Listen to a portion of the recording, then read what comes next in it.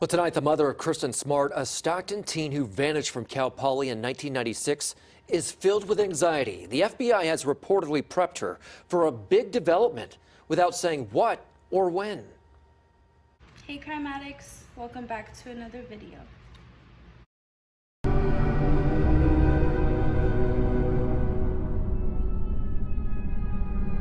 For today's video, we have another disappearance case. This story is literally just going to be the main details on the case itself. For today's video, we're going to be going over the disappearance of Kristin Smart. Kristin went missing May 25th of 1996. She's been missing for 23 years and 8 months. Now jumping into Kristin's bio. Kristin Denise Smart was born February 20th of 1977. She was just 19 years old when she went missing. She was born in Asberg, Germany. Both her parents, Stan and Denise Smart, were teachers. She had one brother and sister, and during her childhood, her and her family decided to come to the US, where she was raised in Stockton, California. Kristin went to school at California Polytechnic State University. I hope I said that right. It was also known as Cal Poly, so we're gonna go by that because that's a lot easier. And it was located in San Luis Obispo, California.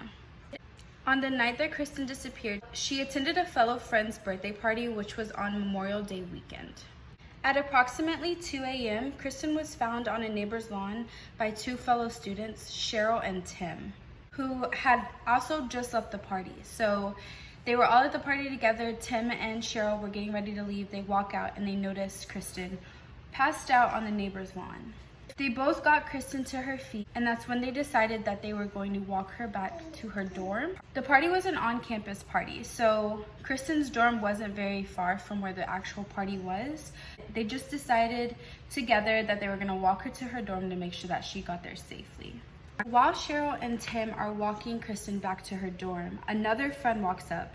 His name is Paul, and he's like, hey, I'm gonna go ahead and walk with you guys to make sure that she gets back to her dorm safely. We actually passed my dorm getting to her dorm. So now there's 3 people walking Kristin to her dorm, Tim, Cheryl, and Paul. Well, Tim leaves first because now there's 2 people to walk Kristin back. He's like, hey, you know, I drove to this party, I live off campus, I'm gonna go ahead and go because I still have to drive home. Well, then Cheryl is also like, hey, Paul, you said you lived close to her. You can just make sure that she gets there safely. I'm gonna go ahead and go too. So now it's just Paul and Kristin. So Paul tells police that yes, he was the last person to walk with Kristin, but once they reached his dorm, which was Santa Lucia Hall, he stopped there and tells Kristin, go ahead and walk, to your dorm. I'm gonna go ahead and stay here. Your dorm isn't very far anyways. He tells police they got to his dorm and that's where he stopped, and he let Kristin walk on her own. This is the last known seeing of Kristin. She had no credit card, she had no money, nothing on her when she went missing. We do know that the night of the party, she calls her parents and she's like, I have good news, I'm gonna call you on Sunday. Paul was the last person to see her, and her parents were the last phone call that she ever made. So her roommate gets back from a weekend trip. She sees Kristin's belongings on her bed. It looks like she hasn't been there. So she's calling around. She's asking if anybody has seen Kristin. Of course, nobody has seen Kristin. No one has heard from Kristin except for the night of the party. So at this point, her roommate calls the campus police to kind of let everyone know what's going on. She's worried about her roommate. She felt like it was time to report that something had happened. Police don't really take this seriously. They're kind of like, it's normal for college students to up and take a vacation. It's normal for them to up and go home without telling anyone. It's okay, it's normal, she'll return. This is why Kristin never really gets reported to actual local law enforcement until days, weeks later, because campus police felt like she was on vacation and she will be back soon. I don't know if you guys know very much about it. I am going to be doing a video on it, but during the Laci Peterson case, Scott was actually brought up as a suspect because of how much time Scott and Lacey spent at Cal Poly, that they kind of put two and two together. Like, his wife was murdered, this student goes missing from Cal Poly, like, it doesn't really add up. After all that is being said and done, later on, Scott is actually ruled out as a suspect. So we know that Kristin's disappearance is unsolved, but there is compelling information that points to Paul knowing something about what actually happened to her. Yes, her body was never found, but one of Kristin's bloody earrings was actually found at Paul's mother's old residence. That earring is actually just completely vanished. It's no longer in police custody. Nobody knows where it is.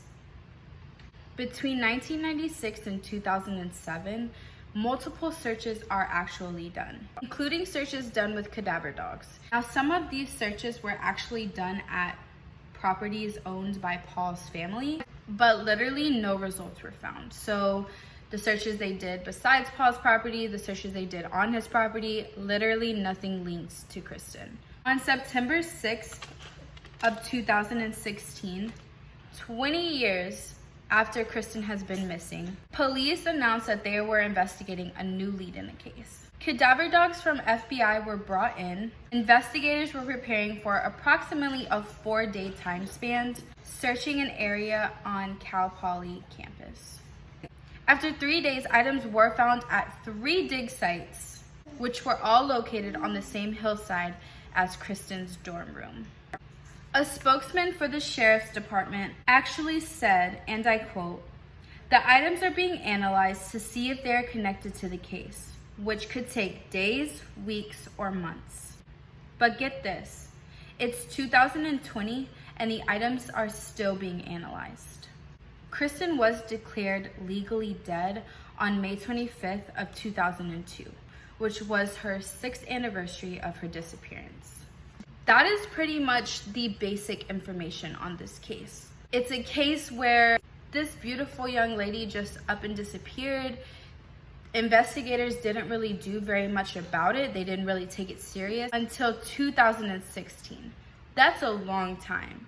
And if you think about it, 2016, 2020, you still don't have results on those items. I just feel really bad for her parents. You're told you don't know where she is. You have this guy who could have something to do with it, kind of just falls off, and then boom, in 2016 you're told, we have items that could link up to the case, but we're analyzing them. It could take days, weeks, months, but we're gonna go ahead and take years. I'm pretty sure that there is a lot more to the whole Paul investigation, which I was thinking of just doing a video on that, an update on the Kristin Smart case.